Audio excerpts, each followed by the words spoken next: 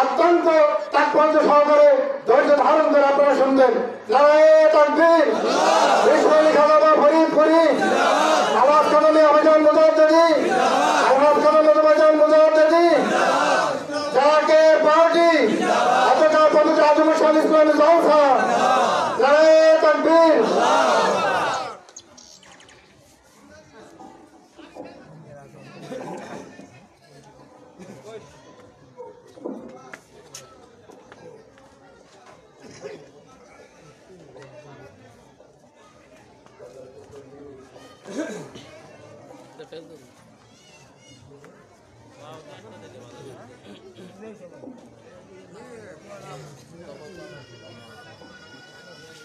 السلام عليكم ورحمة الله وبركاته. الصلاة والسلام عليك يا رسول الله. الصلاة والسلام عليك يا حبيب الله. الصلاة والسلام عليك يا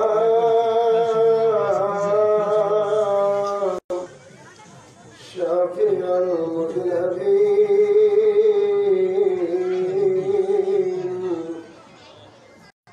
الصلاة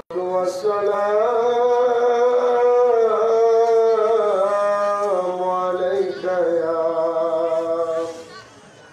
رحمة للعالمين. الحمد لله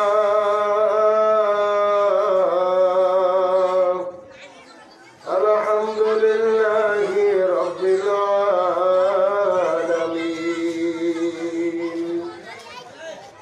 الصلاة والسلام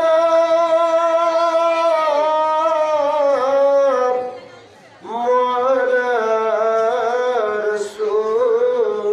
رسوله الكريم وعلى آله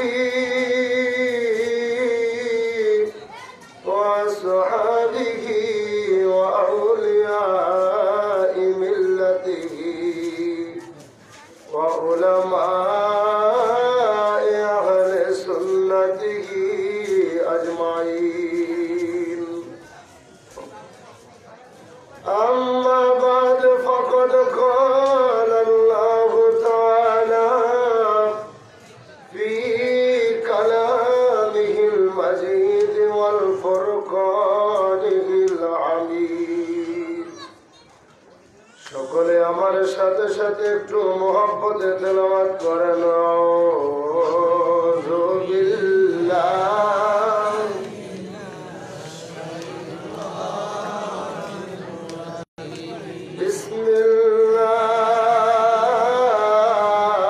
বিসমিল্লাহির রাহমানির রাহিম। লাকাদ রাদিয়াল্লাহু আনিল মুমিনিনা إذ يبايعونك تحت الشجرة صدق الله المولانا العظيم وصدق رسوله النبي الحبيب الكريم. في شان حبيبه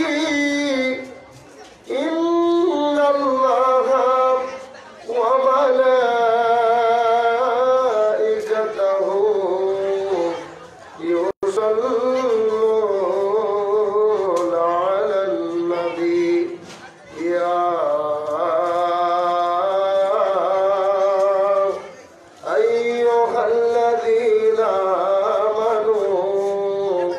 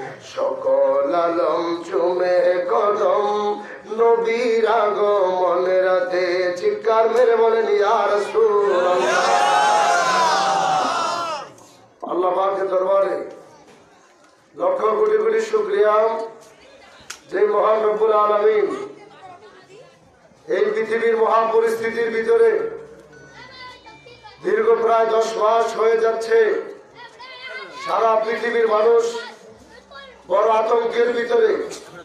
আমরা বাংলাদেশের মানুষ, আমরা বড় আতঙ্কের ভিতরে ছিলাম, এখনো আছি। এই মহামারীতে কোভিড-19 এই করোনা ভাইরাসের ভিতরেও বিশ্বলি আমার দয়ার বীর কেবলাদান আমার বাবার পাগল আপনাদের সকলে সুপরিচিত আমার ভাই জাকের পার্টির একজন গোলাম জনাব সেলিম ভাইজান, তিনার বাড়িতে আজকে 21তম বার্ষিকী পবিত্র আদিমুসান ইসলামী জলসায় আল্লাহ পাক রব্বুল আলামিন আপনাদেরকে দূর দারাজ থেকে আজকের মাহফিলে আসার তৌফিক দিলেন এবং আমি গোলামকে আমার বাবার আওলাদের কদম থেকে বিশ্বলের সালাম মঞ্জিল থেকে আপনাদের মাঝে এসে হাজির হওয়ার তৌফিক দিলেন। এই জন্য মহান আল্লাহর দরবারে চিৎকার মেরে আমরা শুকরিয়া আদায় করে বলি আলহামদুলিল্লাহ। লক্ষ কোটি দরুদ সালাম সেই দয়াল নবী, কোন কায়নাতের নবী, জিন ইনসানের নবী, আমার আপনার নবী আকা মাওলা তাজদারে মদিনা সরকার দো আলম নবী কুল আম্বিয়া নূরে মুজাসসাম হুজুরে পুর নূর পাক সাল্লাল্লাহু আলাইহি ওয়াসাল্লামের রওজা মুবারকে অগণিত দরুদ সালাম ও চুম্বন আরজ করি। সকলে বলি সাল্লাল্লাহু আলাইহি ওয়াসাল্লাম। কদম বুঝে আরজ করছি আমার আকা আমার সাহেব আমার বীর মুর্শিদ হাকিমুল উম্মত মহিউস সুন্নাহ কিবলা দু জাহান মুজাদ্দিদ জামান ওলিকুল সম্রাট বিশ্ব ওলি দয়াল বীর দস্তগীর খাজা বাবা ফরিদপুরি কিবলা রাও সাহেবের বুদ্ধ পবিত্র কদম মুবারকে শতকোটি কদম বুঝে আরজ করছি কিবলা রাও সাহেবের স্থলাভিষিক্ত আমাদের মাথার তাজ মহামান্য বীর জাদা আলহাজ হযরত খাজা মিয়া ভাইজান মুজাদ্দিদ সাহেবের বুদ্ধ পবিত্র কদম মুবারকে শতকোটি কদম বুঝে আরজ করছি কিবলা সাহেবের আধ্যাত্মিক উত্তরাধিকার আমাদের মাথার তাজ মুসলিম বিশ্বের অভিসম্পাদিত নেতা আমার বাবার প্রতীক ছবি, বাবার ধ্যানের ছবি, জামানার মহা ইমাম, যে বান্ধব এই মহামারীতে শত বিপদের ভিতরেও আমার বাবার কোটি কোটি জাকেরানা সেখানদেরকে বলে যান নাই, যিনি বিশ্ব ওলি কিবলা গান সাহেবের এই পবিত্র জাকের পার্টির পতাকা হাতে নিয়ে সংগ্রাম করে চলেছেন। বাবার গুণাগার মুরিদানদেরকে বুকে জড়িয়ে রেখে সন্তানের মতো ভালোবাসা দিয়ে যিনি আমাদেরকে বুকে আগলিয়ে রাখলেন, জাকের পার্টির মহামান্য চেয়ারম্যান মহামান্য বীর জাদা আলহাজ হযরত খাজা মেজবাজার মুজাদ্দিদ সাহেব দয়ের পুত্র পবিত্র কদম মুবারকে কদম বুঝে আরজ করছি খাজা হযরত মিয়া চাচাজান মুজাদ্দিদি জাকের পার্টির সিনিয়র ভাইস চেয়ারম্যান ডক্টর খাজা হযরত মেজর চাচাজান মুজাদ্দিদ সাহেব দয়ের পুত্র পবিত্র কদম মুবারকে আমার বাবার পরিবার বর্গ আহলে বাইত সকল সদস্য বৃন্দের কদমে শত কোটি কোটি কদম বুঝি চুম্বন রেখে উপস্থিত আজকের এই ঐতিহাসিক 21তম বার্ষিক পবিত্র আদিমুসান ইসলামী জলসার সম্মানিত সভাপতি, সম্মানিত প্রধান অতিথি, বিশেষ করে এই ফরিদপুর পর্দা সাংগঠনিক বিভাগের সম্মানিত সভাপতি, আমাদের সকলের সুপরিচিত ব্যক্তি যিনি আজকের মাহফিলে উপস্থিত হয়েছেন, জনাব সিরাজুল ইসলাম সিরাজ চাচা উপস্থিত আছেন, জাকের পার্টি অকুতোভয় সৈনিক, এই মাদারীপুর জেলার সংগ্রামী সভাপতি, আপনাদের সকলের সুপরিচিত আমার বড় ভাই জনাব মোহাম্মদ আসাদুজ্জামান আসাদ ভাই উপস্থিত আছেন, জাকের পার্টির মাদারীপুর জেলার সকল ফ্রন্ট সহযোগী সংগঠন এবং সকল থানার অত্র ইউনিয়ন অত্র এলাকার জাকের পার্টির সর্বস্তরের নেতৃবৃন্দ, আমার সামনে উপস্থিত জাকের আশেকান ভাইরা, মুরব্বী বাবারা, যুবক বন্ধুরা, পর্দার আড়ালের মা বোনেরা, লাইভ প্রোগ্রামের মাধ্যমে যে যেখান থেকে আলোচনা শুনছেন সকলের প্রতি আন্তরিক মুবারকবাদ ও সালাম। আসসালামু আলাইকুম ওয়া রাহমাতুল্লাহি ওয়া বারাকাতুহু। আমরা আজকের মাহফিলে আসতে পেরে খুশি না বেজার? আমাদের কয় বেজার, আপনারা কি বেজার? আরো জোরে বলেন। এই মাহফিল কার? জোরে। আমাদের জবান কার? এই পৃথিবী কার? মহামারী দিছে কে? এটার থেকে রক্ষা করবে কে? আল্লাহ যদি চায় তুমি যেখানে লুকিয়ে থাকো আল্লাহর এই আক্রমণ থেকে তুমি রক্ষা পাবে না। মহামারী এটা নতুন কিছু নয়, সকল নবীদের জামানায় এই মহামারী ছিল, ইমামদের জামানায় ওলি আল্লাহদের জামানায় মহামারী ছিল। যদি মহামারী না থাকতো আল্লাহর হাবিবের হাদিস দেখে এই বছর মুফতি মুহাদ্দিসরা ফতোয়া দিত না যে লকডাউন মানে কি আপনি নিজের ঘরে থাকবেন, নিরাপদে থাকবেন, হোম কোয়ারেন্টাইন আপনার ঘরে আপনি থাকেন, আপনি সেখান থেকে বের হবেন না। কেন? আল্লাহর হাবিব সরকারে তো আলমের হাদিস শরীফ 1400 বছর আগে যখন মহামারী করোনা দেখা দিত, আল্লাহর হাবিব সাল্লাল্লাহু আলাইহি ওয়াসাল্লাম তখন সাহাবীদেরকে ওই দেশের মানুষদেরকে বলতেন তুমি যেই এলাকাতে আছো সেখানেই থাকো, সেখান থেকে তুমি বের হয়ে অন্য জায়গায় যেও না। কারণ ওই স্থানে তোমার বাড়িতে তুমি যদি নিয়ত করে থাকো যে আমি যদি বাঁচি আল্লাহর দয়ায় বাঁচবো, আর আমি যদি মারা যাই আল্লাহর উপর ঈমান রেখে আমি মারা যাব, আমার উপরে যদি মহামারী আল্লাহ দিয়ে থাকে আমি এখানে আসবে, আর যদি আমাকে আল্লাহ বাঁচিয়ে রাখে এই মহামারীর ভিতরে এই স্থানে আমি বেঁচে থাকবো, এই নিয়তে যদি তুমি সেখানে অবস্থান করো, আল্লাহর হাবিব বলেছে যদি ওই লোকটা ওই জায়গায় মারা যায় তাহলে যে শাহাদাতের মর্যাদা পাবে। ঠিক কেন আপনি সেখানে অবস্থান করবেন? কারণ আপনি জানেন না আপনার শরীরে রোগ আছে কিনা, আমি জানি না আমার শরীরে রোগ আছে কিনা। এই জন্য আপনি যদি আপনার অবস্থান থেকে অন্য একটা গ্রামে চলে যান, আপনার ওই জমানায় তো করোনা বসন্ত মহামারী মানে ছোঁয়াছুঁই রোগ ছিল, যে রকম ভাবে এই বছর বুঝতে পারছেন করোনা ভাইরাস নামক এই কোভিড-19 এই মহামারী, সন্তান আক্রান্ত হয়েছে, মা সন্তানকে স্পর্শ করে না। পৃথিবীর মানুষ কিছুটা হলেও বুঝতে পেরেছে যে হাসরের ময়দানে কি হবে। হাসরের ময়দান যেদিন কায়েম হবে আল্লাহ রাসূল জি বলেছে সন্তান মায়ের দিকে তাকাবে না, মা সন্তানের দিকে ফিরেও যাবে না, স্বামী তার বিবির দিকে তাকাবে না, বিবি স্বামীর দিকে তাকাবে না, নিজের চিন্তা করে কেউ কুল পাবে না। তার প্রমাণ এই বছর এই মহামারীতে আমরা পেয়েছি। সন্তান যদি আক্রান্ত হয়েছে মা সন্তানকে কিন্তু জড়ায় ধরতে যায় নাই। আমার ভাই যদি মারা গেছে ভাই ভাইকে আদর করে গোসল করে নাই, জানাজার নামাজ হয়েছে দূরে রাখা। কত মানুষ, লক্ষ লক্ষ মানুষ মারা গেল বাংলাদেশে। তো তারপরও কিছু ওলামায়ে কেরাম দায়িত্ব নিয়ে কিছু সংস্থা তাদেরকে পিপি গায়ে দিয়ে নিজের সেফ পোশাক গায়ে দিয়ে জানাজা দিছে, দাফন করছে। অন্যান্য রাষ্ট্রগুলোতে দেখেছি গাড়িতে ভরে ভরে নিয়ে নিয়ে নদীর বিভিন্ন গর্তের ভিতরে ভরে ফালিয়ে দিছে, অথবা কত দেশে আগুন দিয়ে জ্বালিয়ে দিছে। কথা বলে না কেন? কিন্তু আল্লাহ পাক আপনাকে আমাকে বাঁচিয়ে রাখছে। অন্য দেশের সঙ্গে যদি তুলনা করেন, বাংলাদেশ যে ছোট্ট একটি দেশ, এত ঘনবসতি, এই দেশ যদি ওলি আল্লাহর দেশ না হইত, পৃথিবীর বিভিন্ন দেশগুলোতে তাকিয়ে দেখেন, আমেরিকা, জাপান, জার্মান, ইতালি, চীন, ফ্রান্স, এই দেশগুলোতে এত বড় বড় রাষ্ট্র, জনসংখ্যা এত কম, তারপরও লক্ষ লক্ষ মানুষ ওই সমস্ত দেশগুলোতে মারা গেল। আর এই বাংলাদেশ এত ঘনবসতি, ৬৮,০০০ বর্গ কিলোমিটার এই দেশের ভিতরে প্রায় ১৮ কোটি মানুষের উপরে জনসংখ্যা বাংলাদেশের ২০১০ সালে করেছিল ১৮ কোটি। 10 বছর পর পর আদমশুমারি করা হয়, এখন করলে মনে 20 কোটি কম হবে না। এত ঘন বসতির ভিতরে কিন্তু আপনার আমার দেশের মানুষ গড় যদি হিসাব করেন পৃথিবীর সবচাইতে কম আক্রান্ত হয়েছে এই বাংলাদেশে। মারহাবা বলেন, আলহামদুলিল্লাহ।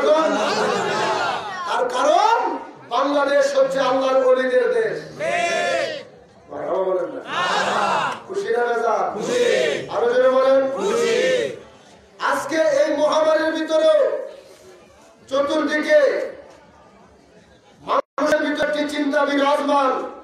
তো সবাইকে বলছি আপনারা মাহফিলে আসছেন, মাহফিলে আসেন, যার যার যতটুকু দরকার আপনি নিজেকে নিজে ততটুকু সেভ রাখবেন। জাকের পার্টি রাষ্ট্র বিরোধী কোনো কাজ করে না, কথা বলে না কেন? জাকের পার্টি সরকার বিরোধী কোনো কাজ করে না। জাকের পার্টির চেয়ারম্যান জি মহাপবিত্র বিশ্বর শরীফ 2021 সাল সামনে রেখে সারা দেশে বহির্বিশ্বে এই উঠান জলসা জাকেরানদের বাড়িতে বাড়িতে মিলাদের হুকুম দিয়েছে। চিঠিতে কিন্তু কিন্তু লেখা আছে সরকারি স্বাস্থ্যবিধি মেনে। সরকার হুকুম দিছে হুকুম হতাম দেশ প্রেম, সরকার আপনাকে নির্দেশ দিছে, সরকারের নির্দেশ আপনার মানতে হবে। এই কথা বলতেই হয়। গত 5 বছর পূর্বে জাকের পার্টির চেয়ারম্যান সারা দেশে হুকুম দিয়েছিল জাকেরানদের বাড়িতে বাড়িতে জুমার নামাজ পড়ার জন্য।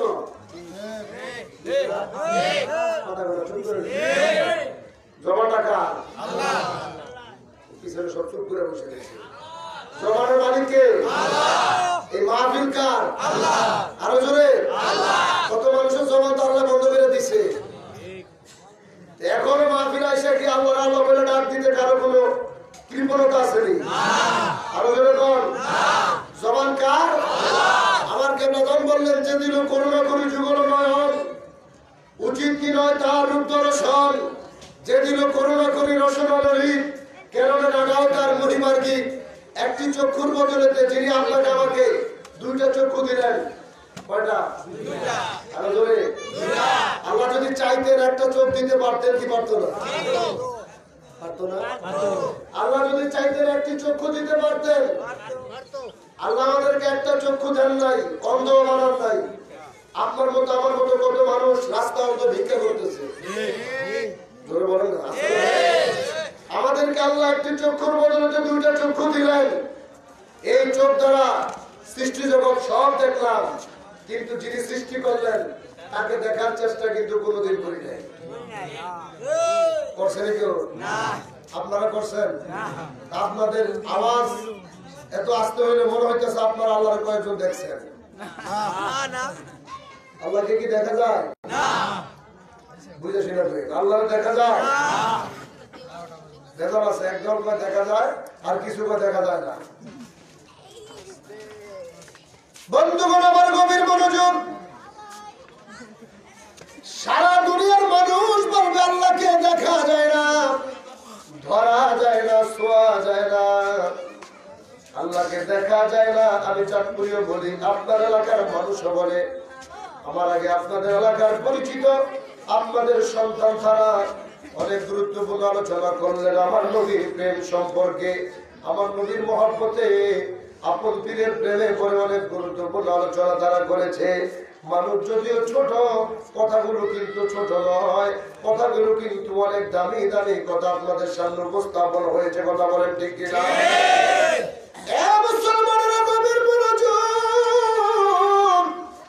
আমিও জানি আল্লাহকে দেখা যায় না, আপনারাও জানেন আল্লাহকে দেখা যায় না। কোরআন পড়লাম, হাদিস পড়লাম, হেফজখানায় হাফেজি শেষ করলাম, কিন্তু আল্লাহরে দেখা যায় এইরকম কোন কথা কোথাও শুনলাম না। আজকে মাইকের আওয়াজ যতটুকু পর্যন্ত যাচ্ছে বন্ধু, হে ওলামায়ে কেরাম সকল, আপনাদেরকে শত্রু ভেবে নয়, বন্ধু হিসাবে, জাতি ভাই হিসাবে, মুসলিম হিসাবে তোমাদেরকে দাওয়াত দেওয়া হলো। এই মাহফিলের পক্ষ থেকে আমি মাওলানা কাউসার আহমেদ জাকের পার্টি তালাবা ফ্রন্টের পক্ষ থেকে, এই মাদ্রাসা ছাত্রগণ একটি সংগঠনের পক্ষ থেকে সবাইকে দাওয়াত দিলাম। আজকের জাকের পার্টির ঐতিহাসিক মাহফিল এসে আপনারা বসেন, কারণ আপনারা সম্মানী ব্যক্তি, আপনাদেরকে ইজ্জত দিছে আল্লাহ। ইজ্জত দুনিয়ার মানুষ দেয় নাই, কেন ইজ্জত দিয়েছে? আমাকে ইজ্জত দিয়েছে আল্লাহ। কেন আমার ইজ্জত আল্লাহ দান করলেন? কারণ আপনারাও মানুষ, আমিও মানুষ, আপনারাও মানুষ, ওলামায়ে কেরামও মানুষ। তাদের ইজ্জত দেওয়ার কারণ হলো আল্লাহর কোরআন শিক্ষা করেছে, নবীর হাদিস শিক্ষা করেছে। এই কারণে সমাজের মানুষ আপনাকে ইজ্জত দিয়ে মসজিদে মিম্বরের ভিতরে বসাইছে। কথা বলেন ঠিক কিনা? আজকে আপনাদেরকে সম্মানের সহিত দাওয়াত দেওয়া হলো, আপনাদেরকে মহব্বতে ভাই বলে আহ্বান করলাম। যেখানেই থাকেন না কেন, মাইকের আওয়াজ যদি আপনার কানে যেয়ে থাকে, নবীর উম্মত যদি হন, আল্লাহকে যদি ভালোবেসে থাকেন, মাহফিল আপনাদের আসা দরকার। কারণ আপনাদের মুসল্লিরা মাহফিল এসেছে, আপনারা ইমাম হয়ে যদি মাহফিলে না আসেন, তাহলে কিন্তু মানুষের কাছে প্রশ্নবিদ্ধ হবেন। এখানে যদি গান হইতো, নাচানাচি হইতো, একজন আরেকজনকে গালিগালাজ করতো, ঢোল তবলা বাজাইতো, তাহলে আপনি মাহফিলে না আসলে পরশুদিন শুক্রবারে ফতোয়া দিতেন যে গান বাজনার ভিতরে মুসল্লিরা কেন গেলেন। এখন আমার প্রশ্ন, শুক্রবার আপনি যখন মিম্বরে বসবেন, আপনার কোন মুসল্লি যদি আপনাকে প্রশ্ন করে এখানে কোরআন হাদিসের মাহফিল হয়েছে, শত শত মানুষ গেল, আমরা সাধারণ মানুষ গেলাম, হুজুর আপনি কেন গেলেন না, তখন আপনি কি জবাব দিলেন? কোন ভেজাল আছে? ঝগড়া আছে?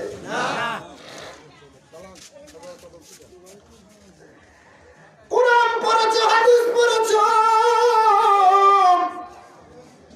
আমরাও কোরআন পড়েছি, হাদিস পড়েছি। একটা কথা বলেছি, আল্লাহকে দেখা যায়নি, আপনারা বলছেন দেখা যায় না, আমিও বলি দেখা যায় না। কিন্তু আমার কেবলা জান কত বড় মহান বান্দা।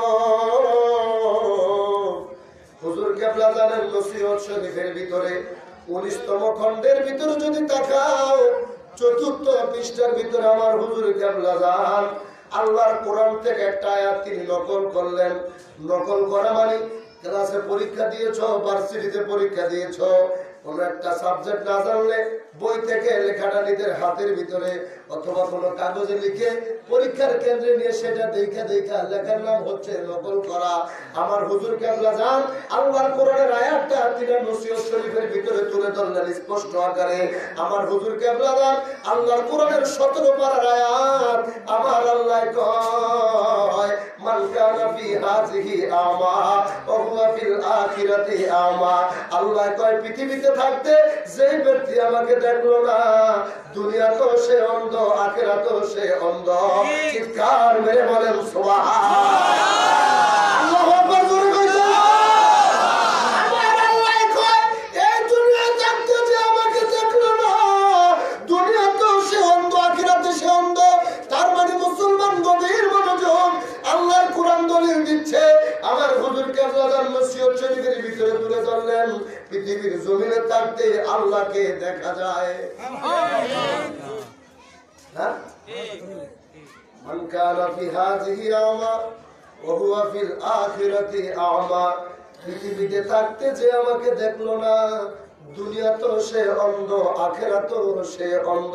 তাহলে বোঝা গেল দুনিয়ায় থাকতে আল্লাহকে দেখা যায়। এখন বলবেন কেমনে?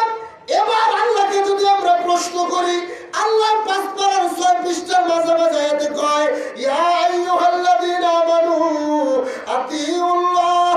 আমার আল্লাহ কয় হে ঈমানদারেরা, হে বিশ্বাসীরা, অনুসরণ করো আমি আল্লাহর। সুবহানাল্লাহ। বাকি রেখে আগামীকালকে বাজারে যে সুবহানাল্লাহ হবে। সুবহানাল্লাহ। কোরআন শরীফ কার? আল্লাহ। জোরে আল্লাহ। হাদিস শরীফ আল্লাহ। হাদিস শরীফ আর আমার কেবলাদার নসিহত শরীফ জোরে। কোন বান্দা যদি আল্লাহর কোরআন না মানে, এবারে যত বড় মুফতি মুহাদ্দিস মক্কা মদিনার ইমাম হোক না কেন, আল্লাহর কোরআন যদি না মানে সে কি মুসলমান হবে? না। চিল্লায়া বলেন না। কোন উম্মত যদি নবীর হাদিস অস্বীকার করে সে কি উম্মত থাকবে? না। আর কোন মুরিদ দাবি করে কোন বাটপার চিটার যদি হুজুরের নসিহত না মানে, এটা কি হুজুরের মুরিদ হতে পারবে? না। বসেন। আল্লাহ পাক কুরআনুল কারীমের 5 পারার 6 পৃষ্ঠায় কয়, কত পারা? 5 পারা 6 পৃষ্ঠা। কত পারা? 5 পারা পৃষ্ঠা 6। ইয়া আইয়ুহাল্লাযীনা আমানু আতিউল্লাহ। অনুসরণ করো আমি আল্লাহর। মুনাফিকদেরকে কয় নাই, মুশরিকদেরকে কয় নাই, কাফেরদেরকে কয় নাই, মানুষ ইনসান সবাইকেও বলে নাই। আল্লাহ কয় ইয়া আইয়ুহাল্লাযীনা আমানু, হে ঈমানদারেরা। সুবহানাল্লাহ বলেন। সুবহানাল্লাহ। এখানে কত মানুষ আছেন?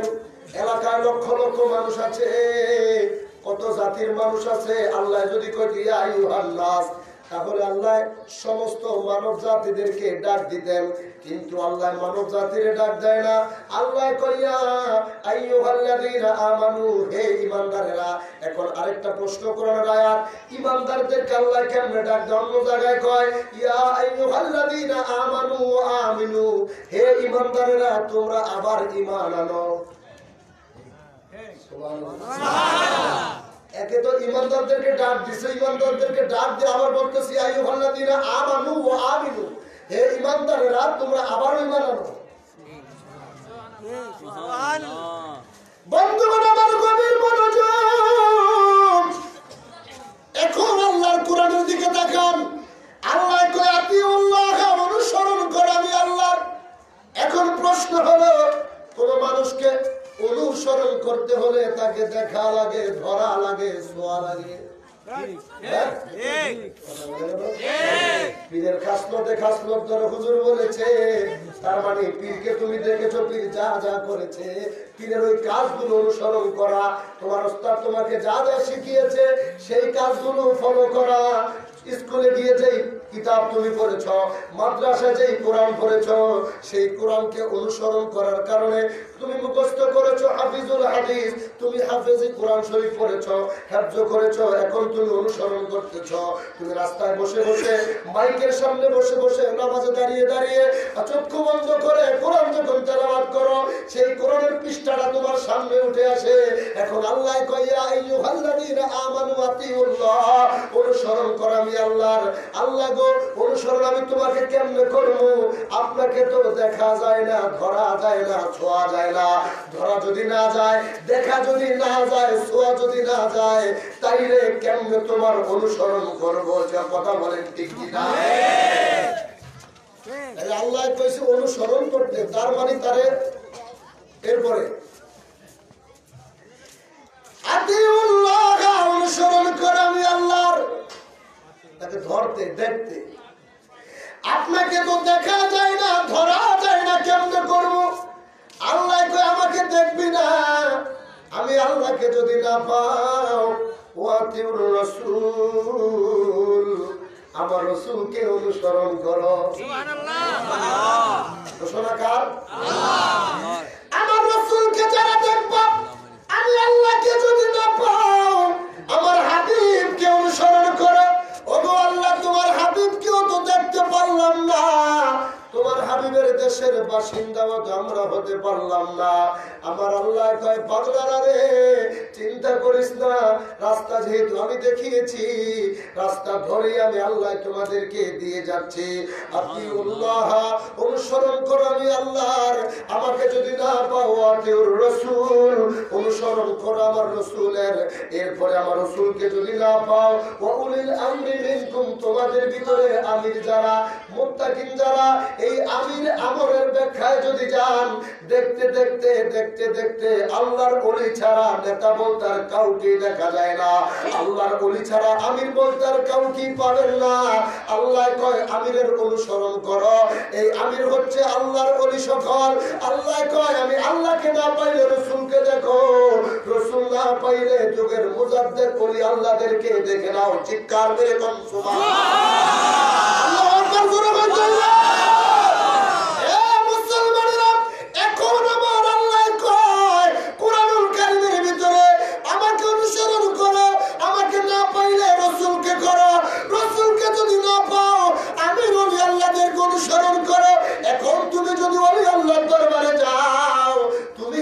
পীরের কদমে যাও, তোমাকে দেখলে মানুষ কত ধরনের কটু কথা বলে, কত গালি দেয়, কত ষড়যন্ত্র করে, কত মন্তব্য করে, এটা দেখে কিন্তু আমাদের রাগ হওয়া যাবে না। কথা বলেন ঠিক? ভালো পথে, সঠিক পথে বাধা আসবে, আর যেই পথে বাধা আছে মনে করবেন এটাই সঠিক পথ। যে কাজে বাধা আসবে, আপনার শত্রু বাড়বে, মনে করবেন এটাই সঠিক। খারাপ কাজ করলে কেউ ডাক দেয় না। এই দেশের বর্তমান জমানার মানুষ ভালো কাজ করলে বাধা দেয়। যেটা বলেছিলাম যে 5 বছর আগে জাকের পার্টির চেয়ারম্যান বাড়িতে বাড়িতে জুমার নামাজ পড়াইছে। এই দেশের এমন কোন হুজুর বাদ নাই আমাদেরকে ভণ্ড না কইছে। মাদারীপুরকে সারা বাংলাদেশে এমন কোন জায়গা বাদ ছিল না যে জাকের পার্টির চেয়ারম্যান দাড়ি নাই, টুপি নাই, ভণ্ড, মানে আত্মশিল্পীর দাড়ি নাই। কত বড় নাফরমান, কত বড় জারস। তুই না যাই না কথা বলছি, আত্মশিল্পী জাকের পার্টির চেয়ারম্যান কি আত্মশিল্পী না? জাকের পার্টির চেয়ারম্যান কি কোন জায়গায় লেখছে পীর সাহেব আত্মশী? বিভিন্ন জায়গায় লেখা থাকে, বিভিন্ন জায়গায় পত্রপত্রিকায় পীর সাহেব অমুক পীর সাহেব অমুক দরবার, ছেলে যদি 60টা হয় 60টাই পীর সাহেব, 10টা হলে 10টাই পীর সাহেব। এত পীর করতে আসে, পীর হইলে বাপের করে একজন খেলাফত পায়, সব পীর সাহেবের কেমনে? পীর জাদা হতে পারে, পীর সাহেব হতে পারে না। আমরা দেখি কি সব পীর সাহেব। মানলাম আপনারা সবাই মিলে পীর সাহেব দাবি করছেন, কিন্তু বিশ্বরের আওলাদ, 2 আওলাদ, তারা তো কোনোদিনও নিজেদের নামে পীর লাগায় নাই। তারা লাগাইছে কি পীর জাদা, পীরের ছেলে।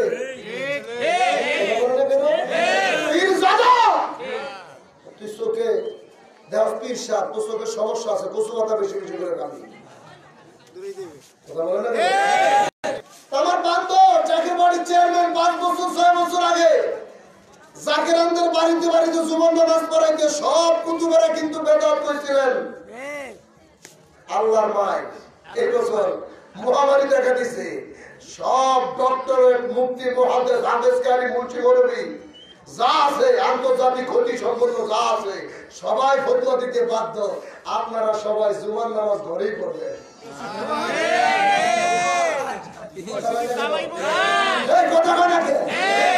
সবাই জুমার নামাজ ঘরে পড়বেন। জায়েজ আছে। সব হুজুরেরা কইছিলেন, আপনি মসজিদের হুজুরে মাইক দিয়ে কয় নাই? বাসার মধ্যে লাড়ি বাড়ি ছিল, সরকারি লাড়িতে তো সবাই ভয় পায়, ভালোবাসার ডাকে কেউ সাড়া দেয় না। সরকার ঘোষণা দিচ্ছে ইসলামিক ফাউন্ডেশন থেকে স্বাস্থ্যবিধি মানার জন্য প্রথম যখন ভাইরাস শুরু হইল যে ঘরে ঘরে জুমার নামাজ করবেন, বাড়ির মসজিদে আসার দরকার নাই, ঘরে পড়লেই হবে। আমরা সব বক্তারাই যাদেরকে ফেসবুক বক্তা বলেন, ইউটিউব বক্তা বলেন, সবাই ফতোয়া দিছে যে ঘরে জুমার নামাজ পড়েন। কি সান্দুরবা, আপনি যেটা 5 বছর পরে করবেন, যাকে বাড়ি চেয়ারম্যান 5 বছর আগে করে রাখছে। কথা বলে না কেন? 5 বছর আগে করে রাখছে। ভাইরাস আসবে 2 মাস আগে বলে, 1 মাস আগে বলে রাখছে। বিশ্ব আবির্ভাব মন্দিরে ওরস শরীফে তিনি বলেছিলেন বক্তব্যের এক পর্যায়ে যে পৃথিবীব্যাপী মহামারী আসতেছে। তিনি বলতে দেরি 17 দিন পরে চীনে শুরু হয়ে গেছে মহামারী। যত বারো গালি দাও, কপালে কঠিন মুসিবত আছে মুসলমান, কারো সম্বন্ধে না চাই না গালি দিও না। বন্ধুগণ আমার গভীর মনোযোগ, আল্লাহ পাক রব্বুল আলামিন কুরআনুল কারীমের ভিতরে আমার আল্লাহ আয়াত ঘোষণা করলেন। আপনাদের সামনে সর্বপ্রথম যে আয়াতটা পড়েছি সূরাতুল ফাতহের 17 নম্বর আয়াত, আমার আল্লাহ কয় লাকাদ রাদিয়াল্লাহু আনিল মুমিনিনা ইয ইউবাইউনাকা তাহতাশ শাজারা। ওই সব বস্তু মানুষদের জন্য শুভ সংবাদ যারা বৃক্ষের নিচে রাসূলুল্লাহর হাতে হাত রেখে বায়াত গ্রহণ করেছিল। চিৎকার মেরে বলেন সুবহানাল্লাহ। আজকে তো বায়াত নিয়ে যত ঝগড়াঝাটি সমাজে, বাড়িতে, মসজিদে, মাদ্রাসায়, রাস্তাঘাটে, যে পীরের দরবারে বায়াত হয়, এটা কোথায় পাইল? কথা বলে না? বায়াত পীরের কাছে মুরিদ হয়, এটা কই পাইল? সূরাতুল ফাতহের 17 নম্বর আয়াত 26 পারার 14 পৃষ্ঠায় আমার আল্লাহ কয় লাকাদ রাদিয়াল্লাহু আনিল মুমিনিনা ইয ইউবাইউনাকা তাহতাশ শাজারা। ওই সমস্ত মানুষদের জন্য সুসংবাদ যারা বৃক্ষের নিচে রাসূলুল্লাহর হাতে হাত রেখে বায়াত গ্রহণ করেছিল। এখন প্রশ্ন হলো, আপনারা হয়তো প্রশ্ন করতে পারেন, রাসূলের হাতে যারা হাত রেখে বায়াত হয়েছিল তাদের জন্য শুভ সংবাদ, আমরা যারা বায়াত হতেছি আমাদের জন্য এটা কি কোনো উপকার আসবে কিনা, আমাদের জন্য এটা কি কোনো উপকার হবে কিনা? আল্লাহর কোরআন বুঝতে হবে, মাখরাজ বুঝতে হবে, তাহকিক আপনাদের বুঝে যেতে হবে। এখানে আল্লাহ পাক রব্বুল আলামিনের আয়াতে কারিমার ভিতরে আল্লাহ কয় ইউবাইউনাকা, এখানে আল্লাহ মুজারের সিগা ব্যবহার করেছেন। মুজারের সিগার অর্থ হলো বর্তমান এবং ভবিষ্যৎ। আমার আল্লাহ কয় ইউবাইউনাকা তাহতাশ শাজারা, বর্তমান এবং ভবিষ্যৎ যারা বর্তমান রাসূলের হাতে বায়াত হয়েছে, ভবিষ্যৎ যারা কিয়ামত পর্যন্ত বায়াত হবে। আল্লাহ পাক রব্বুল আলামিন কুরআনুল কারীমের ভিতরে বললেন যারা বায়াত হয়েছে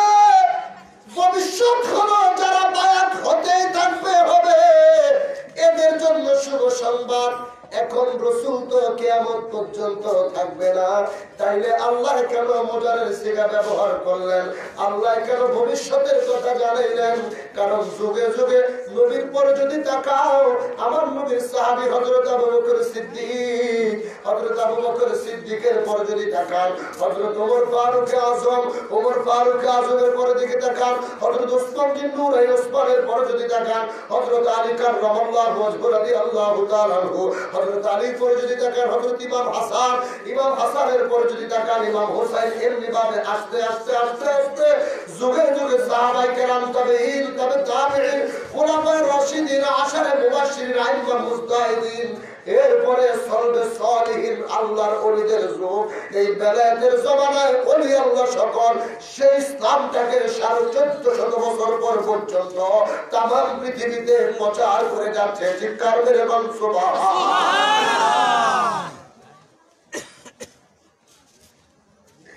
কিন্তু আয়াত কেন পড়েছি? আয়াতে একটা ব্যাখ্যা রয়েছে, প্রতিটা আয়াতের পিছনে ঘটনা রয়েছে, শানে নুজুল আছে, তরজমা আছে। শাব্দিক অর্থ হলো ওই সমস্ত মানুষদের জন্য শুভ সংবাদ যারা বৃক্ষের নিচে রাসূলুল্লাহর হাতে হাত রেখে বায়াত গ্রহণ করেছে। এখন এই আয়াতের তাফসীর যদি খুলে দেখেন, তাফসীর ইবনে কাসিরের ভিতরে আল্লাহর হাবিব সাল্লাল্লাহু আলাইহি ওয়াসাল্লামের পক্ষে কেন আল্লাহ আয়াতটা নাযিল করলেন? জাকের পাটের সৈনিক যারা আছেন, এখনো যেই মুসলমান বাবারা, আমার বাবার পাগলেরা, জাকের পাটি নামক নূহের তরিতে আপনারা যারা বসে আছেন, আরোহণ করে আছেন, আপনাদের জন্য আলোচনাটা গভীর মনোযোগ। আজকে হিজরত কাকে বলে, দুঃখ কাকে বলে, ত্যাগ কাকে বলে, আমার নবীর জীবনের দিকে যদি তাকাই, এই আয়াতের ব্যাখ্যার ভিতরে তাফসীর ইবনে কাসিরের ভিতরে কত সুন্দর আলোচনা। আল্লাহর হাবিবের পক্ষে কেন আয়াত নাযিল হলো? আমার নবী সরকারে দু আলম যখন মক্কা থেকে মদিনায় হিজরত করে চলে গেলেন, আপন জন্মভূমি আমার নবী মক্কাতুল মুকাররমা ছেড়ে কাফেরদের অত্যাচার সহ্য করতে না পেরে আপন জনেরা নবীকে যখন অত্যাচার করা শুরু করলো, আমার রাসূল সইতে না পেরে আল্লাহর হুকুমে মক্কা থেকে মদিনায় হিজরত করেছিলেন। আল্লাহর হাবিব মক্কা নগরী থেকে মদিনায় হিজরত করার পর 8 বছর পরে আমার নবী যখন আবার মক্কা নগরীর দিকে রওনা করলেন, মক্কা নগরীর দিকে যখন রওনা করলেন, আল্লাহর হাবিব ওই গাছের নিচে, বৃক্ষের নিচে দাঁড়ায়া আমার নবীর সাহাবী হযরত ওসমান বিন নুরাইন রাদিয়াল্লাহু তাআলা আনহুকে নবী কয়, সাহাবী রে, আমি নবী অতি তাড়াতাড়ি বাইতুল্লাহ তাওয়াফ করার জন্য আসতেছি, তুমি মক্কা নগরীতে যাইয়া মক্কাবাসীদেরকে জানাইয়া দাও। জোরে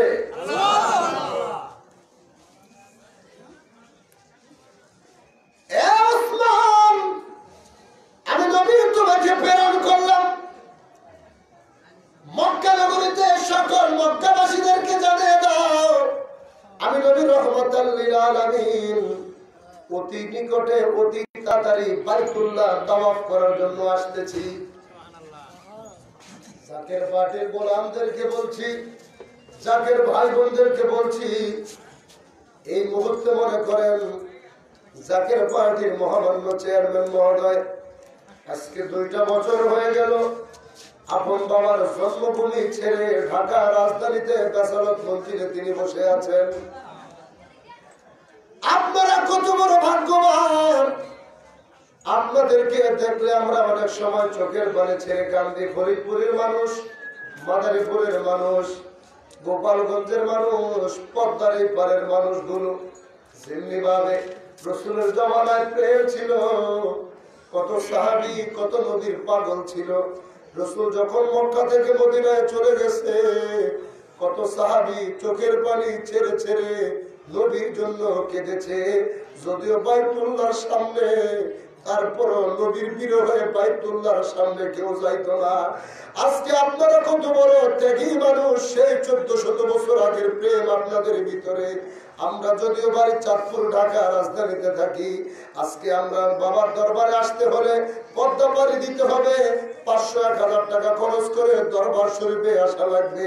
কিন্তু আপনারা যখন এই জায়গা দিয়ে বেসারত মঞ্জিলে যান, 800 সদরপুরের মানুষগুলো, সেই ফরিদপুর বৃহত্তর ফরিদপুরের মানুষগুলো, এরা যখন বাবার আওলাদকে ভালোবেসে বেসারত মন্দিরে যায়, এরা কিন্তু হুজুর কেবলাজানের রওজাটা রাইখা এত বড় ত্যাগ স্বীকার করে বিশ্বরীর আওলাদের কদমে যায়। কথা বলেন এই প্রেম আজকে নতুন নয়, আজকে নতুন এই প্রেমের ইতিহাস নয়। আল্লাহর হাবিবের জমানায় যে প্রেম ছিল, আমার হুজুর কেবলাজানের ভবিষ্যৎবাণী যদি আপনারা ফলো করেন, আমার হুজুর কেবলাজানের এই তরিকার দিকে যদি আপনারা তাকান, আপনারা ভাগ্যবান। হুজুর কেবলাজানকে সরাসরি দেখেছেন, আমার পীরকে দেখা দেখা আপনারা বায়াত হয়েছিলেন। আপনারা হুজুর কেবলাজানের মিশন সম্পর্কে জানেন। বিশ্বরে যদি পীরগিরি করতে চাইতো, তাহলে তিনি এই দেশ রক্ষার্থে জাকের পার্টি ঘোষণা করতো না। আমার হুজুর কেবলাজানের চিন্তা ছিল কি, আমার বাবার চেতনা ছিল কি, হুজুর কেবলাজান বলতো, বাবা আমি কোনো পীরগিরি করার জন্য আসি নাই, আমাকে আল্লাহ একটা মিশন নিয়ে পাঠাইছে। সেই মিশনটা হলো দয়াল নবী রাসূলের পাক সাল্লাল্লাহু আলাইহি ওয়াসাল্লামের সত্য তরিকার দাওয়াত দেওয়া। ঠিক কার মেরে বলেন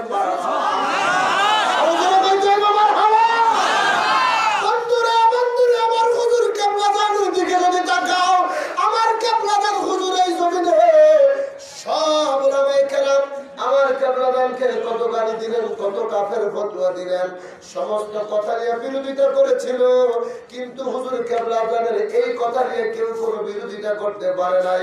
হুজুর বলছে আমি পীরগিরি করতে আসি নাই, আমি একটা মিশন নিয়ে আসছি, সেটা হলো দয়াল নবী রাসূলের পাক সাল্লাল্লাহু আলাইহি ওয়াসাল্লামের সত্য তরিকার দাওয়াত দেওয়া।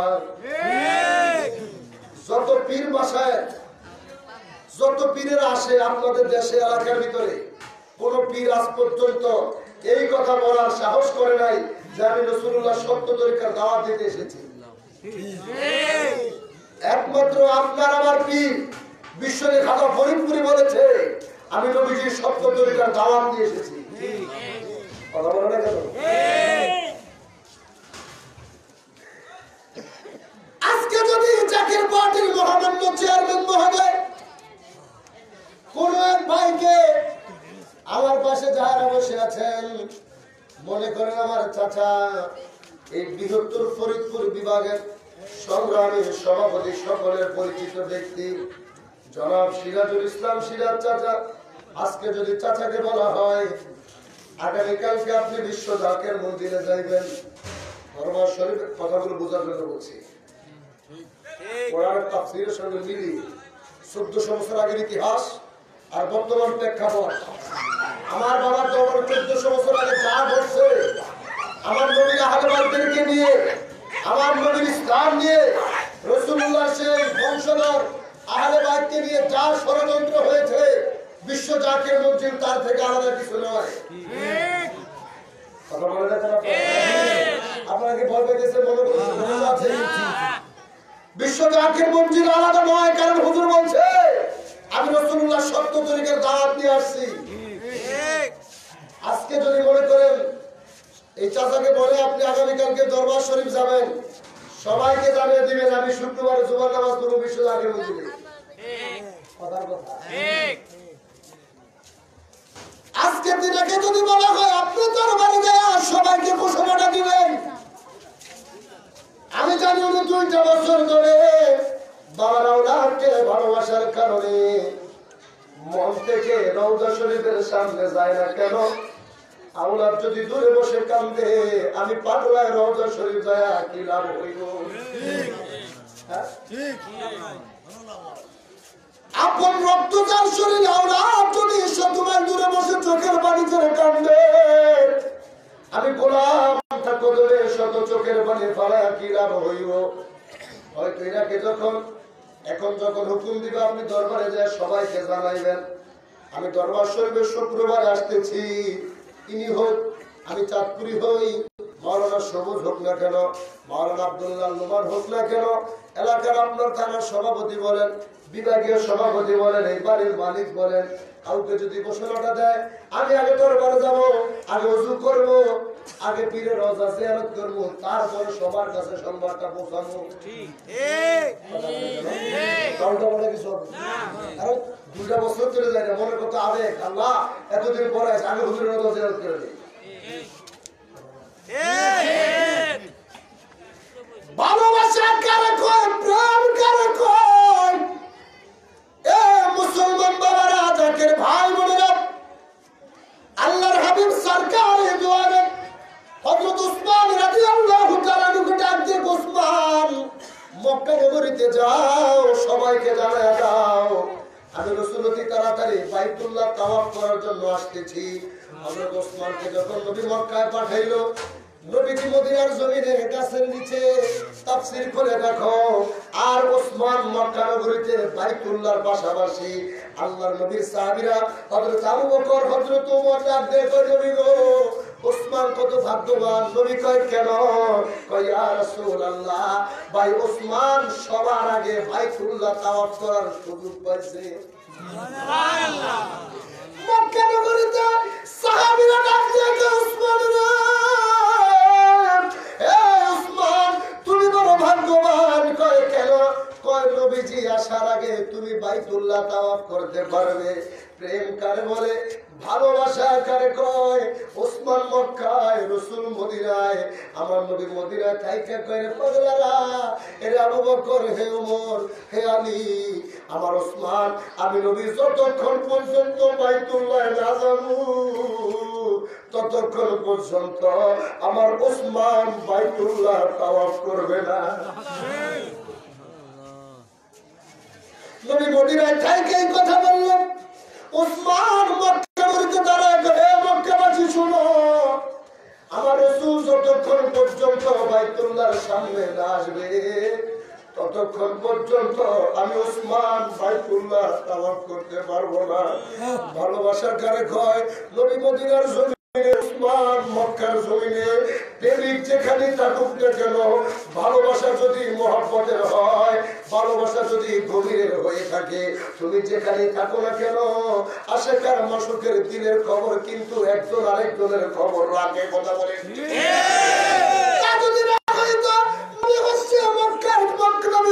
মদিনার জমিনে, ওসমান হচ্ছে মক্কার জমিনে। ওসমান কয়, নবী আসলে আমি মক্কা তাওয়াফ করবো না। নবী কামি না যাইতে ওসমান বাইতুল্লাহ তাওয়াফ করবে না। এ জাকের বাটির গোলামেরা, আজকে আমরা পাগলারাও তো সেই ওয়াদাবদ্ধ হয়েছি। আমাদেরকে কেউ নিষেধ করে নাই, কেউ বাধাও দেয় নাই। আমাদের প্রেম হলো, আমাদের দাবি হলো, যে বান্ধবের গর্বে থাইকা সারা জীবন দরবারে গোলামি করলাম, 1999 সাল থেকে 18 সাল পর্যন্ত জাকের মঞ্জিল থেকে বিশ্ব জাকের মঞ্জিল রূপান্তরিত করা হলো। উরুস শরীফ থেকে বিশ্ব উরুস শরীফ নামকরণ যিনি করে দিয়ে গেলেন। আজকে সেই বান্ধব যদি ঢাকা রাজধানীতে বসে থাকে, বান্ধব যদি দূরে বসে থাকে, ওই বান্ধবের রাইখা আমরা গোলামেরা কখনো বাবার রওজায় যাইতে পারি না।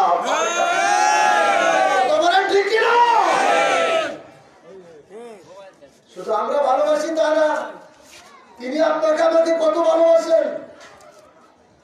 2019 সাল এক কলঙ্কের বছর। জাকের পার্টির চেয়ারম্যানের জন্য 164 ধারা জারি করছিল, ভুলে গেছেন আপনারা? সেখানে তিনি আপনাকে আমাকে কতটুকু মহব্বত করেছে। জাকের পার্টির চেয়ারম্যান যখন 2200 শিবের মাঠে তাকে হুকুম দিয়েছিল, খাদা পরিবার রওজা শরীফ যেতে পারবে, কিন্তু জাকের পার্টির কোনো নেতা কর্মী যেতে পারবে না।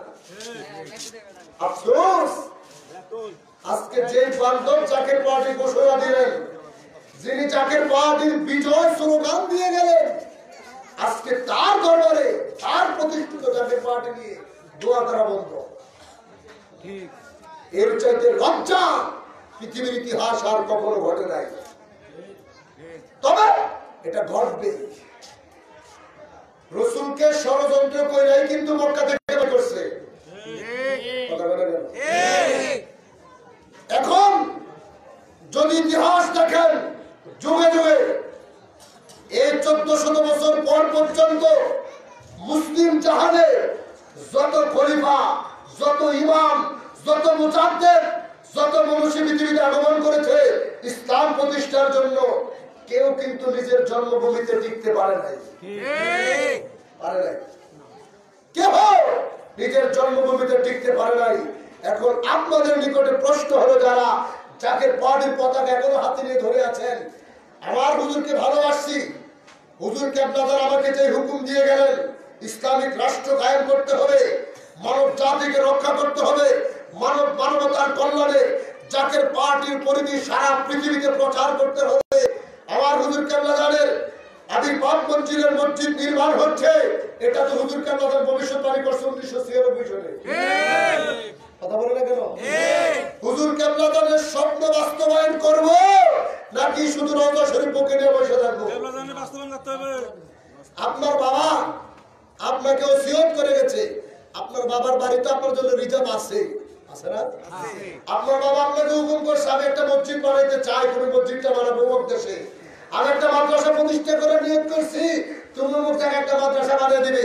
এখন আপনি সন্তান হয়ে আপনার বাবার কোটি কোটি টাকা পায়া আপনি যদি একেবারে সাহেবের মতো পয়সা, ইমাম সাহেবের মতো পয়সা পায়ের পা তুলে খাইলেন, আপনার বাবার ওসিয়ত আপনি পূরণ করলেন না, তার স্বপ্ন বাস্তবায়ন করলেন, এটা কি হলো?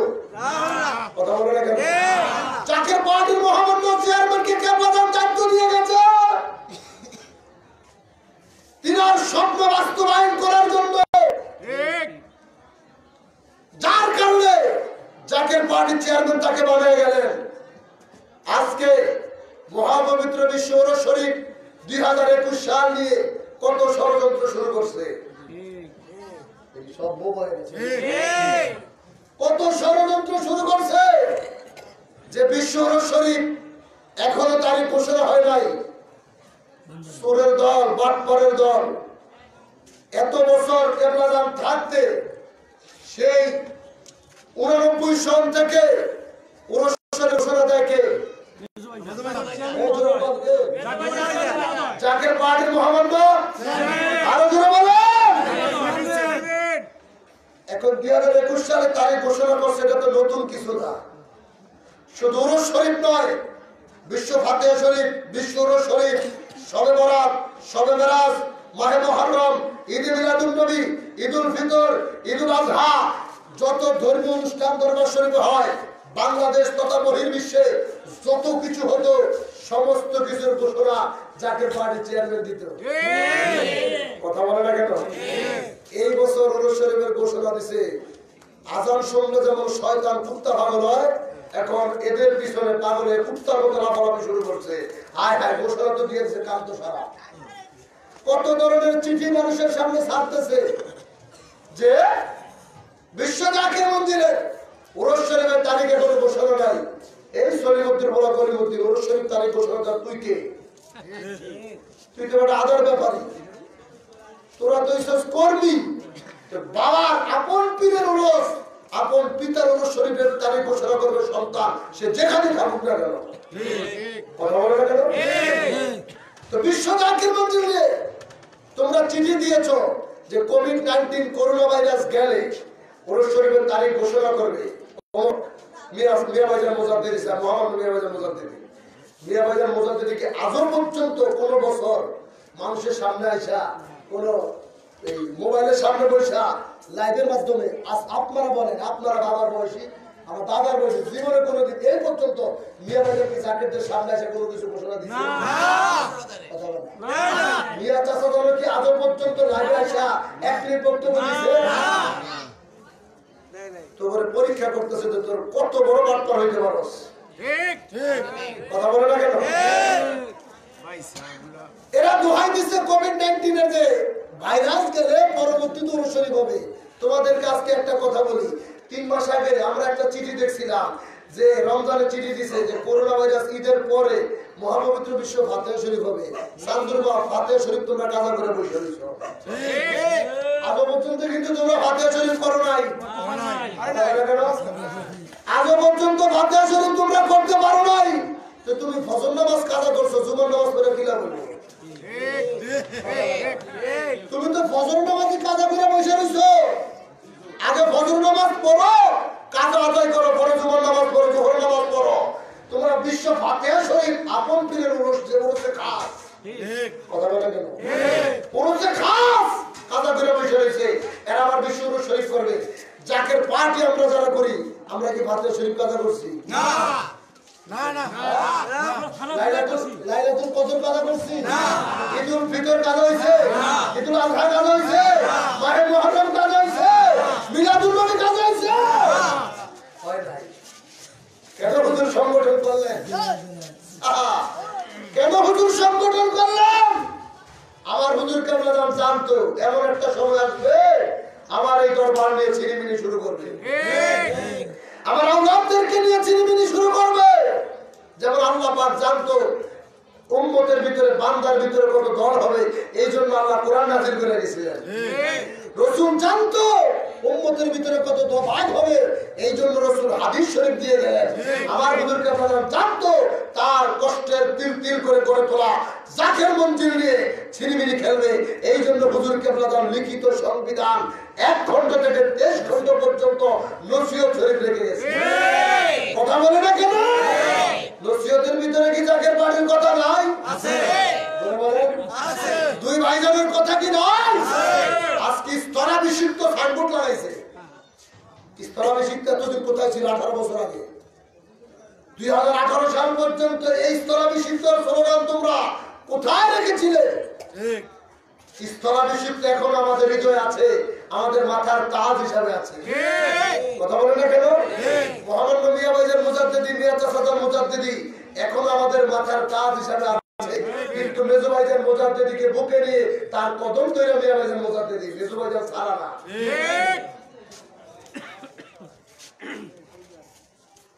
আগে ফাতিহা শরীফ করো, তারপর ওরস শরীফ করো।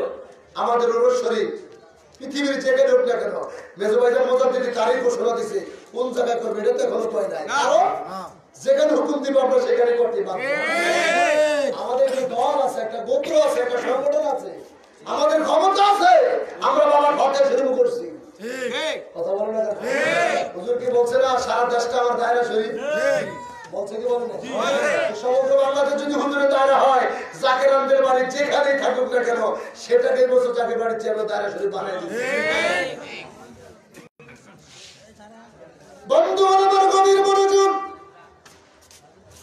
জাকের পার্টির মহামান্য চেয়ারম্যান আপনাকে আমাকে কতটুকু ভালোবাসলেন। ইনাকে যখন বললেন আপনি আপনার সন্তান নিয়ে দরবারে যেতে পারবেন, কিন্তু জাকের পার্টির কোন নেতা কর্মী যেতে পারবে না, ইনাকে ভালোবাসা আজকে আপনারা দরবারে যান না। ইনিও তো আপনাদেরকে ভুলে গেলেন না। ইনি যদি চাইতেন 1 মিনিট 2 মিনিট সময় লাগতো, গাড়িটা টান দিয়া আপন পিতার রওজা জিয়ারত করতে যেতে পারতেন।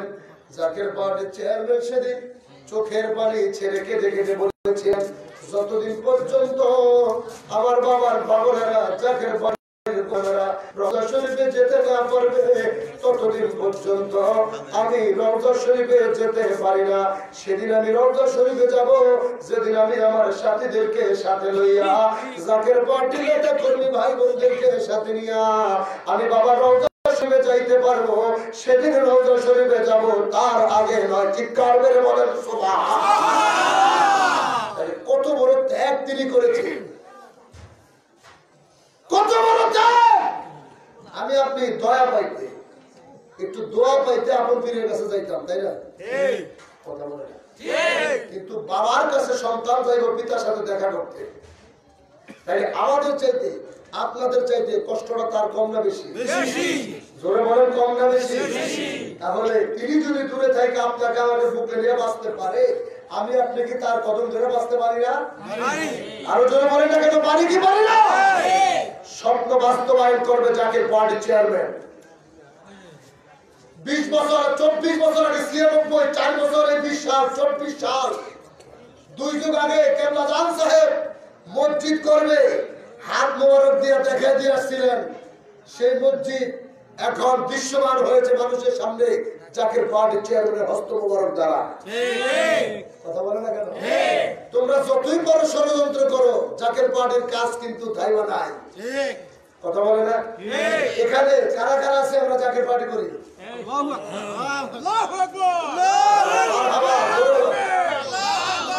আমরা জাকের পার্টি কি চাই কি চাই না? আরো জোরে বলেন। এবার হাত নামান। এত বছর আগে আপনাদের এই মাদারীপুরের কত কুতুব ছিল, কতটি আছে আমার উস্তাদ আছে, আমার উস্তাদ কত শরম লাগে। তখন আমরা দেখছি জাকের পার্টির চেয়ারম্যানের কাছে যাইতো, সন্তানদেরকে দরবার শরীফে খাবারের লিস্ট করে দিত জাকের পার্টির চেয়ারম্যান, খাবার পাস করে দিত। মাদ্রাসার বেতন বলেন, চাকরি নিয়ে সমস্যা বলেন, কারণ মাদ্রাসার সভাপতিকে। আচ্ছা, আপনি যে কোম্পানিতে চাকরি করেন, আপনি যদি আপনার মালিকের সাথে বিশ্বাসঘাতকতা করেন, আপনার এই বেতন এটিকে হারাম হবে না? আমি কি করব? সারা জীবন যার প্রতিষ্ঠানে চাকরি করলাম, এখনো পর্যন্ত যিনি ওই মাদ্রাসার চেয়ারম্যান, শুধু মাদ্রাসা নয়, বিশ্ব জাকির মন্দির ফাউন্ডেশনের চেয়ারম্যান, বাদ দেওয়ার ক্ষমতা কোন বাবার ঘরে আছে?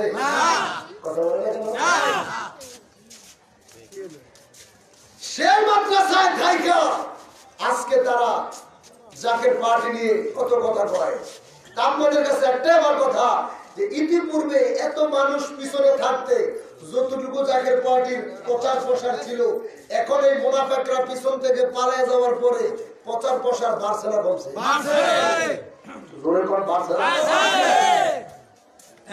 এতদিন আপনাদেরকে চিনে নাই মানুষ, এখন আপনাদেরকে দেখলে সাইনবোর্ড চিনে যে এরা জাকের পার্টি করে। এটা ইমানের পথে এখনো আছে, এটা বেঈমান হয় নাই, এটা এখনো ইমানদার আছে। কারণ নামাজ, রোজা, হজ, যাকাত, ঈমান ঠিক আছে, আপনার একটা পরিচয় আছে, আপনি সংগঠন করেন। আমি বুক ফুলে সারা দুনিয়ায় সুন্নি মাহফিল বলেন, যে কোনো মাহফিলের ভিতরে দাঁড়িয়ে আমরা বলি আমি একটা রাজনৈতিক দল করি, আমার দলের নাম হচ্ছে জাকের পার্টি। আমার এটা লজ্জার কিছু না, এটা আমার অহংকার, গর্ব। কারণ আমি যার কাছে আল্লাহ পাইতে গিয়েছি, রসুল পাইতে যার কাছে গেছি, সেই বান্ধব আমাকে দল দিয়েছে।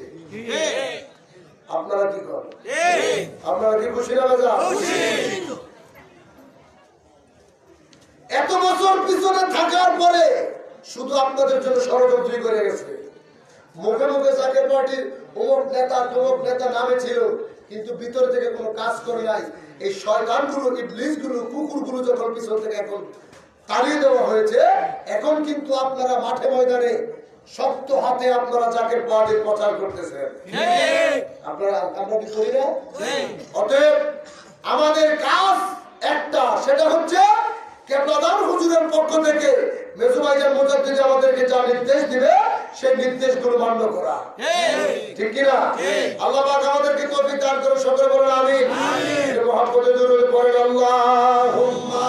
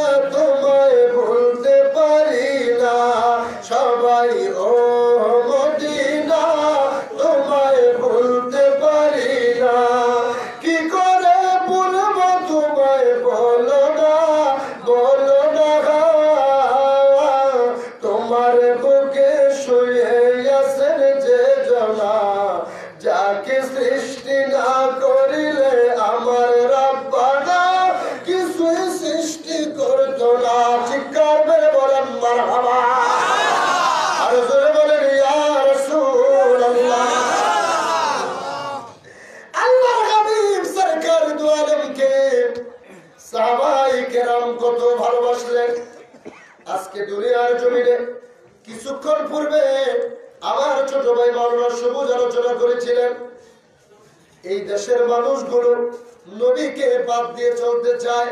এরা বলে হাসরের ময়দানে নবীর সুপারিশ নাকি লাগবে না। আমি যদি বলি আমার নবীর সুপারিশ ব্যতীত তুমি মুন্সি মৌলবী কেন, দুনিয়ার একটা মানুষও জান্নাতে যেতে পারবে না, ঠিক কারবে বলেন সুবহানাল্লাহ? পারবে না, পারবে না। শুধু তাই না, রাসূল যতক্ষণ জান্নাতে না যাবে, আল্লাহর জান্নাতের দরজা ততক্ষণ পর্যন্ত খোলা হবে না। আল্লাহর হাবিব সরকার দু আলম মসজিদে নববীর ভিতরে বসলেন। আমার নবী মসজিদে নববীর ভিতরে বৈশা মেরাজের আলোচনা সাহাবীদের সঙ্গে করতে লাগলেন। আমার রাসূল এক পর্যায়ে বললেন, আমি যখন আল্লাহর বাড়িতে বেড়াইতে গেলাম, আমার আল্লাহ জিবরাইলকে দিয়ে জান্নাত জাহান্নাম আরশ কুরসি লৌহ কলম সবকিছু আমাকে দেখাইলেন। আমি যখন জান্নাতের দরজার সামনে গেলাম, জান্নাতের দরজার সামনে যায় দেখি একটা লোক জান্নাতের দরজার সামনে দাঁড়িয়ে আছে। আমি জিজ্ঞাসা করলাম, ভাই জিবরাইল, এই লোকটা কে, কেন এখানে দাঁড়িয়ে আছে?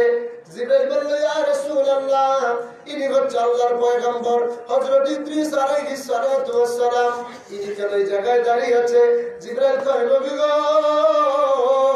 যতক্ষণ পর্যন্ত আপনি রাসূল জান্নাতে না যাবেন, ততক্ষণ পর্যন্ত আল্লাহ জান্নাতের দরজা খুলবে না, ততক্ষণ পর্যন্ত এই নবী এই জায়গায় দাঁড়িয়ে থাকবে। চিৎকার করে বলুন সুবহানাল্লাহ।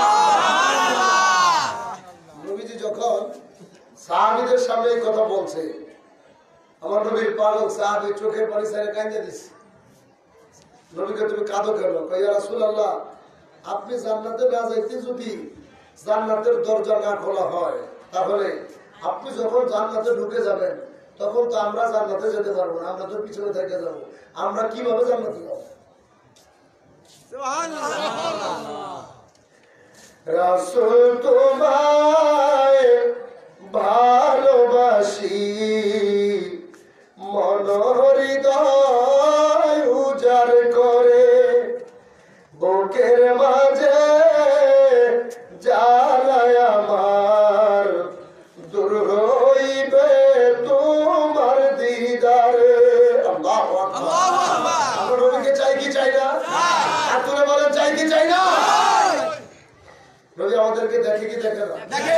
এই যে কারা মাহফিলে আসছেন, কারা বাহিরে দাঁড়িয়ে বিরোধিতা করছেন, কারা দাঁড়িয়ে দাঁড়িয়ে মন্তব্য করতেছেন, আল্লাহ দেখেনি? জোরে নবী দেখেনি? ঘোষণা কার? আরো জোরে বলেন, কার? আল্লাহর নবীর সাহাবী কয়, ইয়া রাসূলুল্লাহ, নবী গো,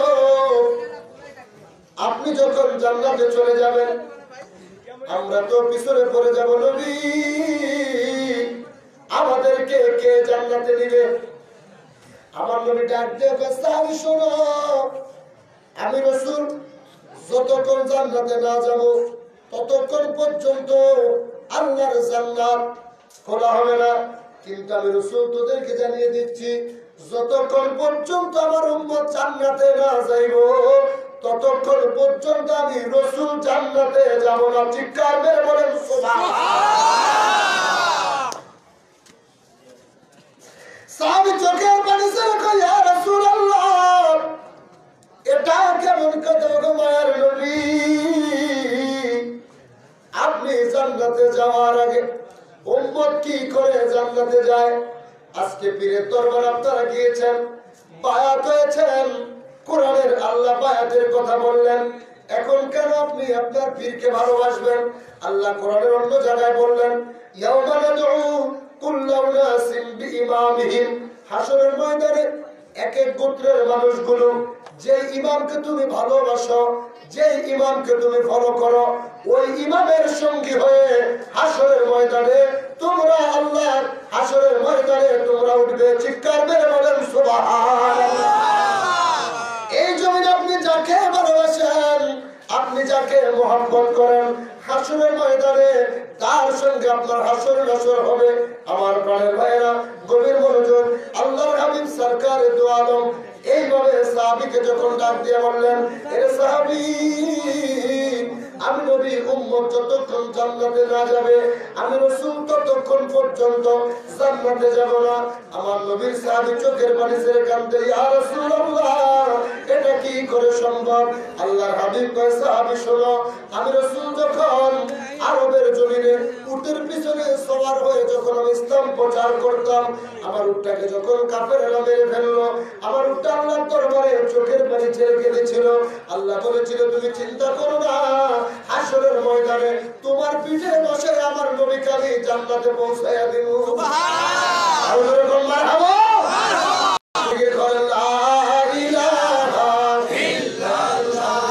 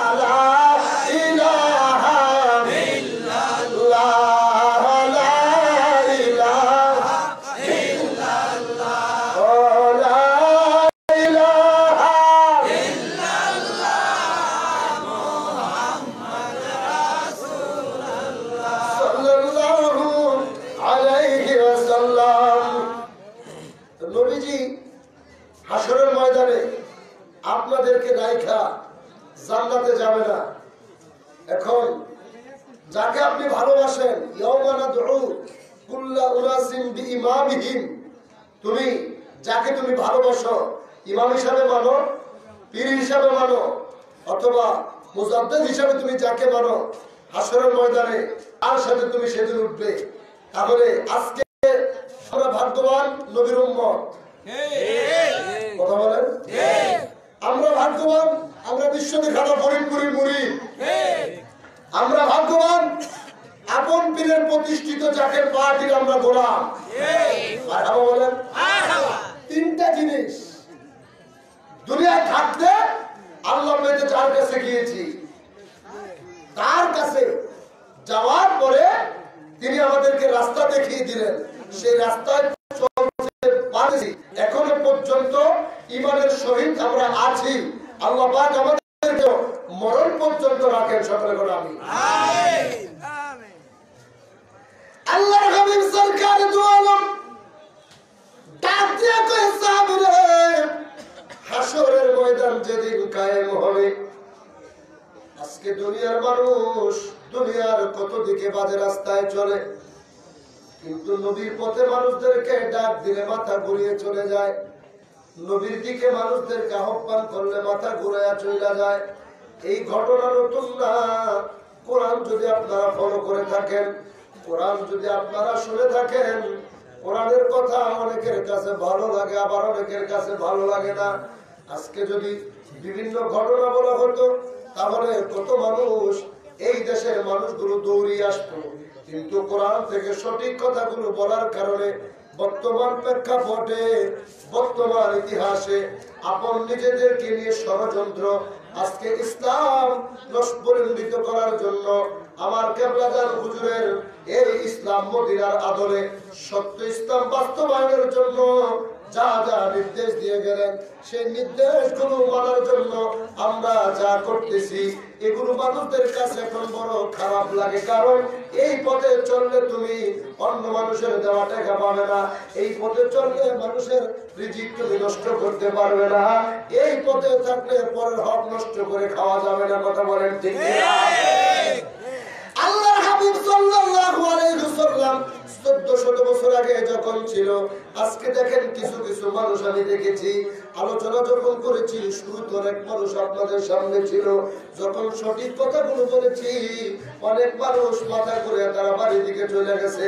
এই মাথা ঘুরেন না চরিত্র 2020 সালে নতুন না, এই মাথা ঘুরেন না চরিত্র 1400 বছর আগে থেকেই চলে আসতেছে। কোরআনুল কারীমের দিকে তাকাও, আমার আল্লাহ কোরআনুল কারীমের 28 পারার 14 পৃষ্ঠায় সূরাতুল মুনাফিকুনের ভিতরে আল্লাহ বলতেছে, ওয়াইদ ক্বালা মূসা, আমার আল্লাহ কোরআনুল কারীমের ভিতরে কয়, আমার আল্লাহ কোরআনুল কারীমের 28 পারার 14 পৃষ্ঠায় সূরাতুল মুনাফিকুনের ভিতরে আল্লাহ নবীর দিকে মানুষদেরকে ডাক দিতেছেন, আয় আয়, ওয়াইদা কিলা লাহুম তাআলাউ ইস্তাগফির লাকুম রাসূলুল্লাহ, আল্লাহ কয় আয় আয়, নবীর কদমে আয়, কয় কেন? ইস্তাগফির লাকুম রাসূলুল্লাহ, রাসূল তোদের জন্য আমি আল্লাহর কাছে ক্ষমা চাইবো। এ মুসলমানেরা, আজকে একটা কথা না বললেই নয়, সর্বপ্রথম যে কথাটা বলতাম সেই কথাটা ঘন্টাখানিক পরে জবান দিয়ে আসতেছে। আজকে জাকের পার্টির কথা কেন বললাম? জাকের পার্টির চেয়ারম্যানের দাওয়াত দেওয়া মানে নবীর পক্ষে মানুষদেরকে আহ্বান করে নিয়ে আসা। বলবেন কেমন এই কথা বললেন? এই যে আপনাদের মাহফিল 21তম বার্ষিক অনুষ্ঠান ইসলামী জলসা, এটার ভিতরে ইলতিজামে জাকের পার্টির নাম দেওয়া আছে, জাকের পার্টি জিন্দাবাদ লেখা আছে, তার মানে জাকের পার্টির গোলামদের পক্ষ থেকে মাহফিল সাজানো হয়েছে। এখন আপনাদেরকে দাওয়াত দেওয়া হয়েছে মাহফিলের ভিতরে। প্রশ্ন হলো, আমাদের সম্মেলন কি, আমাদের সভা কি? আমাদের সম্মেলন মানে গান বাজনা করা নয়, আমাদের সভা মানে রাজারাজি করা নয়, আমাদের সম্মেলন, আমাদের মিছিল মিটিং মানে কোরআনের দাওয়াত দেওয়া, হাদিসের দাওয়াত দেওয়া। জাকের পার্টি মাহফিল ছাড়া কোনো সভা আজ পর্যন্ত কোথাও হয় নাই। এই জায়গায় আসরের আযান দেওয়া হয়েছে, নামাজ হলো, মাগরিবের আযান হলো, নামাজ হলো, এশার আযান দেওয়া হলো, নামাজ হলো। এরপর ওলামায়ে কেরাম পর্যায়ক্রমে ধারাবাহিকভাবে কোরআন হাদিসের আলোচনা আপনাদেরকে শোনাইতেছে। তার মানে আমি যে বলেছি, জাকের পার্টির পক্ষের দাওয়াত দেওয়া মানে আল্লাহর কোরআনের দিকে মানুষদেরকে আহ্বান করা। কথা বলে কেন? এখন আল্লাহ 1400 বছর আগে কয়, ওয়াইদা কিলা লাকুম তাআলাউ ইস্তাগফির লাকুম রাসূলুল্লাহ। আয় নবীর কদমে আয় কয় কেন? রাসূল তোদের জন্য ক্ষমা চাইবো। এরপরে বেদবেরা মুনাফিকরা কি করলো? নবীর ডাকে সাড়া তো দিলই না। আল্লাহ কয় লাউয়াউ রুসাহুম। সুবহানাল্লাহ, সুবহানাল্লাহ, জোরে কর সুবহানাল্লাহ। ওলামায়ে কেরাম যারা আছেন, আয়াতের অর্থ আপনারা জানেন, পাবলিক যারা, এরা তো জানে না, না যাই নাই সুবহানাল্লাহ কইছে। আল্লাহ কয় লাউয়াউ রুসাহুম। লাউয়াউ রুসাহুম শব্দের অর্থ হলো নবীর ডাকে সাড়া তো দিলই না, বরঞ্চ নবীর দিক থেকে মাথাটা ঘুরে নিল। কত বছর আগে? 1400 বছর আগে। পিছনে দিলে পারে কত বছর? 1400 বছর আগে। মাহফিলে আসলে তো ঘুম বেশি,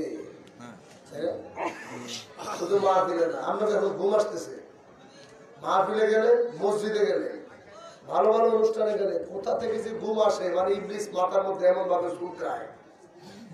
দেখবেন কত মানুষ আছে দুপুরবেলা ভাত খেয়া বিছানার মধ্যে ঘুমাইতেছে, ঘুমানোর জন্য একটু শুয়ে থাকে, আর ঘুমায় একবার এদিকে খাইতো, আবার এদিকে খাইতো, মানে গড়াগড়ি করতে করতে বিছনা চাদর যা আছে সব এক জায়গায় বসে, তাও ঘুমায় না। মসজিদে যখন যায়, মসজিদে যাওয়ার সাথে সাথে ওরে আল্লাহ ঘুম কারে কয়, মানে খালি জিগির জিগির করতে করতে শেষ। শুক্রবারে যখন হুজুরের কাছে ওয়াজ শুনতে যায়, মসজিদে ইমাম সাহেব ওয়াজ করতেছে, মুসল্লি কতরি মসজিদে যায়, কিছু আছে বুড়া, কিছু আছে একবারে বুড়া, মানে বৃদ্ধ, যে কোন জায়গায় বসে থাকলে গালি দেখালে লোক ভাঙে পড়তে যায়। আছে না? মনে করেন ইমাম সাহেব ওয়াজ করতেছে, ইমাম সাহেব দেখতেছে কিছু মুসল্লি ঘুমাই রয়েছে, এবারে একটু ওয়াজের মাঝখানে চিল্লা এখন সুবহানাল্লাহ, পাশেরটাই যখন জোরে কইছে সুবহানাল্লাহ, যেটা ঘুমাইতে ঘুমাইতে গালি দেন বাইরে পড়তে, এটা আমার কথা কয় সুবহানাল্লাহ। মানে এটা তো ঘুমাই রয়েছে, হঠাৎ যখন পাশেরটা সুবহানাল্লাহ কইছে, আগে কি পরে কি কিছু জানেন, আন করতে রাত দেখো সুবহানাল্লাহ।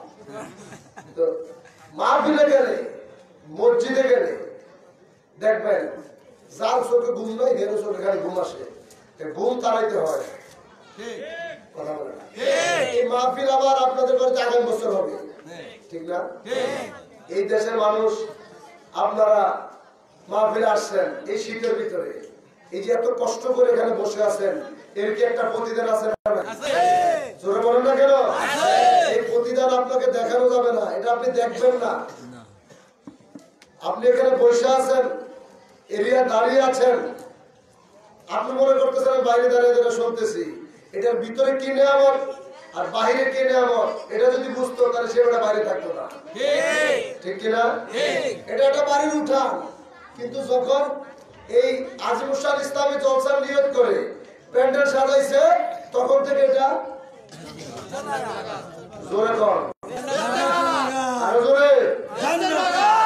বাগানের ভিতরে যারা আছে এরা যা পাইব, বাইরে যারা আছে তারা কি তাই পাইব? কথা বলে না।